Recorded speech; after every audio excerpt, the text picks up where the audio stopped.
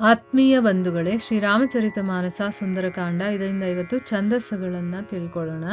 ಕನಕ ಕೋಟ ವಿಚಿತ್ರ ಮನಿ ಕೃತ ಸುಂದರಾಯತನ ಘನ ಚೌಹಟ್ ಹಟ್ ಸುಭಟ್ बीथी चारु पुरु बहु विधि बना गज बाजी खच्चर निकर पदचर रथ बरु थन्ही को गनई बहु रूप निसिचर जूथ अति बल सेन बरनत नहीं बनई बन बाग उपवन बाटिका स्वर कृपा बापी सोहही नर नाग सुर गंधर्व कन्या रूप मुनि मन मोहही कहूँ साल देह विशाल शैल समान अति बल गर्जही नाना अखारेन्ह भिरही बहु विधि एक एकन्ह गर्जही करी जतन भट कोटिन्ह बिकट तन नगर चहु दिसी रच्छही कहु महिष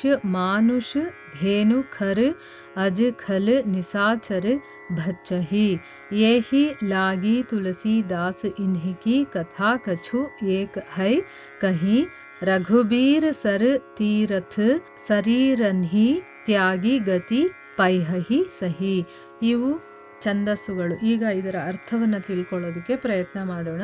ಇಲ್ಲಿ ತುಳಸಿದಾಸರು ಆ ಕಾಡಿನ ಸೌಂದರ್ಯವನ್ನ ವರ್ಣನೆ ಮಾಡ್ತಾ ಹೇಳ್ತಾ ಇದ್ದಾರೆ. ಚಿತ್ರ ವಿಚಿತ್ರವಾದಂತಹ ಮಣಿಖಚಿತವಾದಂತಹ ಆ ಚಿನ್ನದ ಕೋಟೆಯ ಒಳಗಡೆ ಬೇಕಾದಷ್ಟು ಸುಂದರವಾದಂತಹ ಭವನಗಳಿತ್ತು.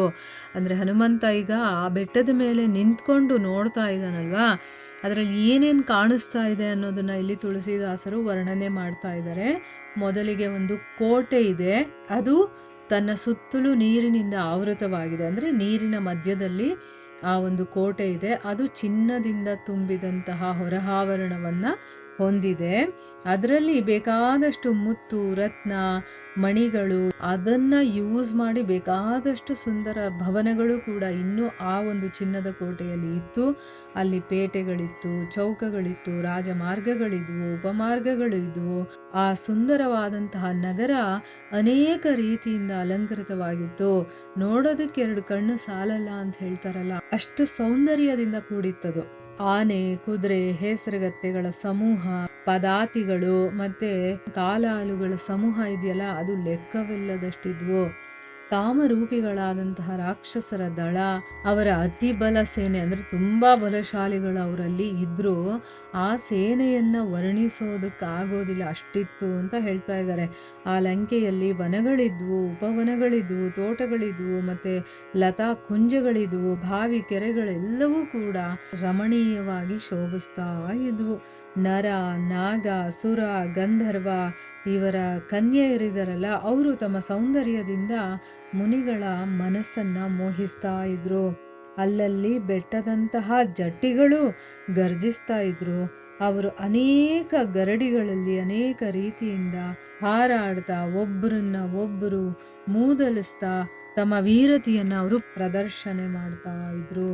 ಮಹಾಕಾಲರಾದಂತಹ ಕೋಟ್ಯಾಂತರ ಭಯಂಕರವಾದಂತಹ ರಾಕ್ಷಸ ಭಟರಿದಾರಲ್ಲ, ಅವರೆಲ್ಲರೂ ಕೂಡ ಆ ನಗರವನ್ನ ತುಂಬಾ ಎಚ್ಚರಿಕೆಯಿಂದ ಕಾವಲು ಕಾಯ್ತಾ ಇದ್ರು. ಕೆಲವೊಂದು ಕಡೆ ದುಷ್ಟ ರಾಕ್ಷಸರಿರ್ತಾರಲ್ಲ, ಅವರು ಎಮ್ಮೆಗಳನ್ನ, ಕೆಲವೊಂದ್ಸರಿ ಮನುಷ್ಯರನ್ನ, ಕೆಲವೊಂದ್ಸರಿ ಹಸುಗಳನ್ನ, ಕೆಲವೊಮ್ಮೆ ಕತ್ತೆಗಳನ್ನ, ಕೆಲವೊಮ್ಮೆ ಆಡುಗಳನ್ನ ಅವರು ತಿಂತಾ ಇದ್ರು. ಅಂದ್ರೆ ಯಾವುದು ಸಿಗುತ್ತೋ ಅದನ್ನು ಅವರು ತಿಂದಾಕ್ಬಿಡ್ತಿದ್ರು.